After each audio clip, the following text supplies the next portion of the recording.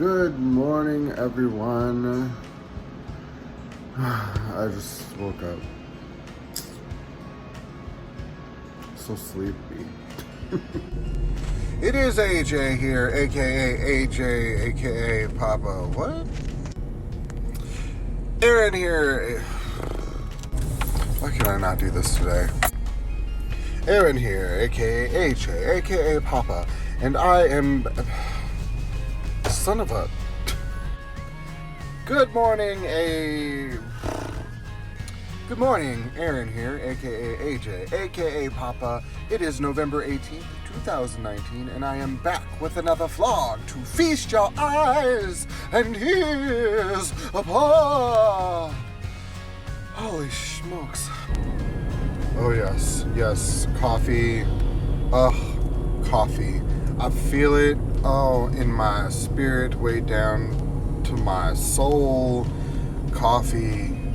Yes, coffee. You feel it? Can I get an amen? My very spirit calls for percolation. It's like hot water through my ground. It's caffeine to my vein. Oh, sweet caffeinated bean. Gimme goodness. Gimme caffeine. Give it to me now. I'm at Dunkin', and believe it or not, there was a line, and as soon as I got in the line, it moved, and I have already ordered my coffee. I couldn't ask for better treatment on a day that I have to work. However, I don't have to work until about 5 o'clock, and it's only 12:30 right now, so I'm doing pretty good. I gotta get to the bank. Then I gotta figure out what I'm doing for dinner tonight. Gotta make sure that uniform's clean. He's no Romeo, but he's my loving romance show. Oh, let's hear it for the boy. Let's get the boy head. Alright guys, let's talk about my weight gain. So, a little backstory. In high school, I was always 175, but I was very active. I did a lot of theater, there was a lot of dancing, I did sports, I was a tennis player, did a little bit of cross country, but mostly I just led a very active lifestyle, never really sat still for too long. Not very preoccupied with food, just ate whenever I felt like it, and I was very vegetarian for most of my high school years. Moving into my late teens, early 20s, when I went away to college, I definitely gained that freshman 15 and pretty much stayed at the 190 mark for the bulk of my early 20s, mid 20s, and really didn't have to watch what I ate at all. And I really wasn't very vegetarian for those years. I was pretty just eating whatever I felt like it, because I started working in bars then in my 20s and restaurants and such, so food was everywhere and I ate all the time. Mid 20s to late 20s is when things got a little bit more complicated. I was drinking a lot, so I developed a drinking problem, which is a whole nother story, but so I left bars and just worked pretty much exclusively in restaurants. So during that period of my life, as the drinking problem really amped up, I was taking in a lot of calories, eating a lot of food, and I, was right around that 210, 220 mark. But right at, I think it was like 26 to 28, I went full vegan while I was working at a restaurant, and I lost weight all the way down to 170 pounds. And I was that way for about 2 years while I adhered to the vegan lifestyle, and a lot of my activity came from just working many hours at the restaurant.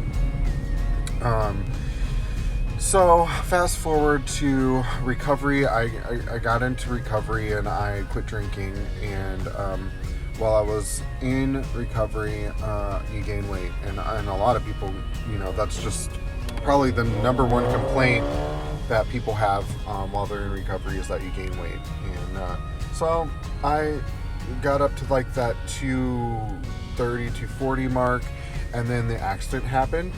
I got into a car accident.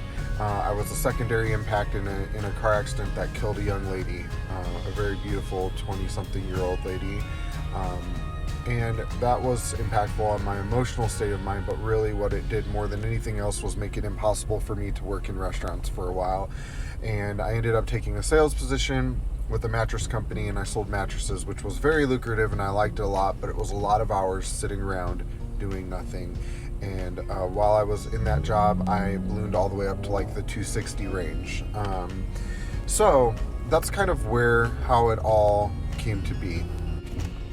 After about a year of selling mattresses, and I started feeling that my body was getting back into some sort of a workable shape, and Zach and I were having very serious conversations about the amount of time that I was spending away from home, because I was working 10-hour days, and that was after an hour's long travel, a lot of times an hour's amount of time of commuting. And so it was putting stress on our relationship, and we weren't seeing each other very much. And so my body had mended very well, and so I decided to go back into the restaurant biz. Now that I'm back in the restaurant biz, I've noticed a big change in my body. And the first thing is that I've already started losing weight from just being more active, from running around a restaurant all the time and bending and stooping and lifting, and all of these things have really like made a huge impact on the way my body is currently. And so like I had just bought a pair of jeans because I didn't have any jeans that fit me, and I actually had a really embarrassing moment where I ripped through the rear end of my jeans, and so I had to go get another pair, and I went and got another pair, and I was in size 38 waist pants, and I was like, holy smokes, I can't believe that I've gotten here. Not that 38-inch pants are really even that bad, like, but just for me, it was large for me. Anyway, I'm back in the restaurant business now, and I've already noticed, like, I put on those 38-inch waisted jeans today, and they're extremely too big. Like, I'm yanking at them to keep them up and whatnot. And I'm one of those people that loses weight in their face pretty quickly. I'm starting to notice some of that going down a little bit, although I still do have kind of a rounder face at the moment. But I think that I've been pretty committed to making better choices with my food, and that's helping as well. And I think that especially a good diet combined with this active job is really going to make a huge difference in my life. So, I hate to say it because nobody likes to hear it, but activity plays a huge portion of, just minor weight loss even. If you live a sedentary lifestyle, it's going to take a massively restrictive diet for you to lose the weight. But getting up and just adding, moderate activity to your normal everyday routine is going to help you a lot. And I'm sorry to say it because I know a lot of people don't want to add it, and I know I don't want to add it because I wouldn't add it if it didn't have to do with my job. I'm not the type of person that's going to get up and go to a gym. It has to be part of my job. I have to be running around a restaurant for money to make it something that I want to do. Or I think that if I were to get a job at a gym, something like that, I would be more prone to working out because I'd be in that atmosphere. But it has to be something that's integrated into part of my money making strategy, and mostly that's just because most of my time has to be making some sort of an income, because I am the chief source of income for the household. So anyway, that's the weight loss journey and the situation that we're in right now. So anyway, I'm getting ready to go into the store and get me some vegan eats and get Zachary some non-vegan eats. He's at school, and normally we do the shopping together, but time constraints and the way that our schedules conflict now just don't allow for it. So I'm going to get groceries, and then when I pick him up at 3 o'clock, he's going to put them away. He doesn't know it yet, but he's gonna. Guys, it's super ridiculous how quick $150 goes at the grocery store. Oh, stressful. Here's an addendum to that, actually. I wanted to say that the funny part is that the concept is that veganism or healthy eating is really expensive, and we spend probably equal parts money on Zach's food and my food. Zach's being not vegan and mine being vegan. And what I find is that I get way more for my money than Zach gets for his.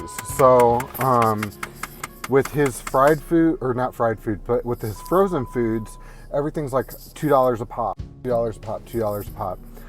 With me, you know, like I got a whole bag of lentils, whole bag of pinto beans dried for $1 a piece, and those are like 2 or 3 servings a piece, whereas his frozen thing is 1 serving. So the major difference is obviously convenience. So his stuff is more convenient. He can just pop a thing in the oven or into the microwave, and he doesn't have to worry about it until the timer goes off. For me, I have to do a little bit more planning. So it's not more expensive to eat vegan or healthy. It's just that it's more work. And there is the real truth of it all, is that people will use the excuse that it's more expensive, even though it's not. It's not. It's exponentially cheaper than eating out, and it's much cheaper than buying processed in-packaged foods, but it's more work. And that's where people find, they're like, oh no, it's more expensive. Well, yeah, if you try to duplicate the convenience of crappy store-bought food in packages, if you try to find vegan versions of that, and boy, they're everywhere, yes, you're going to spend way more money. But the reality is like, that's not a sustainable lifestyle, right? You're not going to eat a whole bunch of vegan junk food. Well, I mean, some people do, and if you can afford it and you can do it and you're feeling healthy and feeling good about it, by all means do it, because, you know, there are periods of time where I do the same, and no shade. But the reality is the healthy vegan eating is considerably cheaper, but it's just more work. I don't like it either, but it is what it is. And when I have my falling off periods where I don't eat good and I don't even eat vegetarian, or I don't, you know, follow any sort of plan whatsoever, I just go off the, you know, reservation, it's because I'm tired or because I haven't planned properly. So that's the reality of it. There's really no excuse. And I don't really try to offer excuses, but I try to be honest so that people can see, you know, there's all of these YouTubers out here who are successful day in and day out with their diet. And that's fine. That's great. They're wonderful and they're great role models, and it's a great lifestyle to look up to, but it's not everyone, you know. We're not all capable of sticking to a diet 100% all the time without failing, at least in the beginning, you know. So this is the reality for me. I've stuck to a strict vegan, no cheating diet for 2 years before, and I loved it, and the benefits were fantastic, and I really hope that I get back to it very soon here, but I seem to get about 2 to 3 weeks into it and then falter.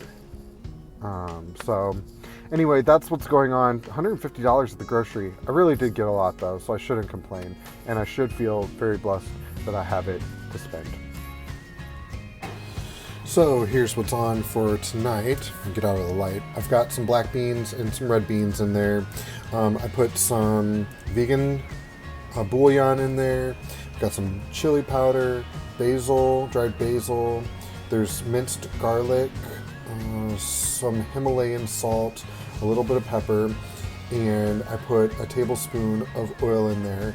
And these won't just be eaten as just like beans. I'm going to take them when I get home and mash them up with some crackers and some more seasoning yet. And I'm going to make some burgers out of them and freeze some of them and eat some of them tonight.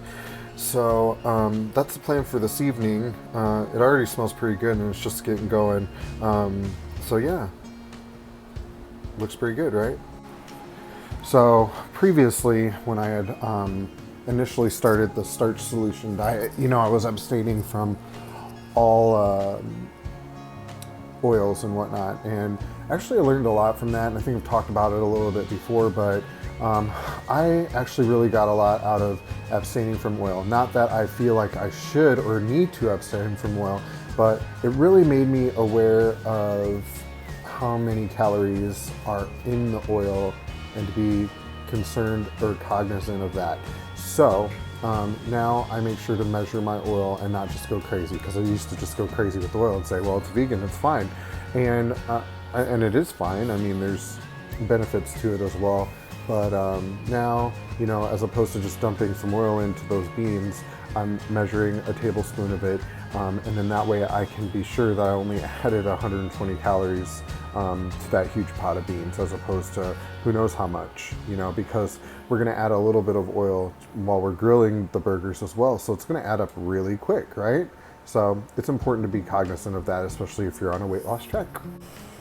All right, guys, so all that's left to do is just shower and get ready for work, and I guess I'll chat with you guys maybe once on the way to work, and then that will be it for today. So yeah, pretty good, right? We got a lot done today. I like when that happens, right? It's good stuff. Oh, hey guys, on my way to work, I just thought I would one more quick little blurb in before it gets too dark for me to effectively vlog.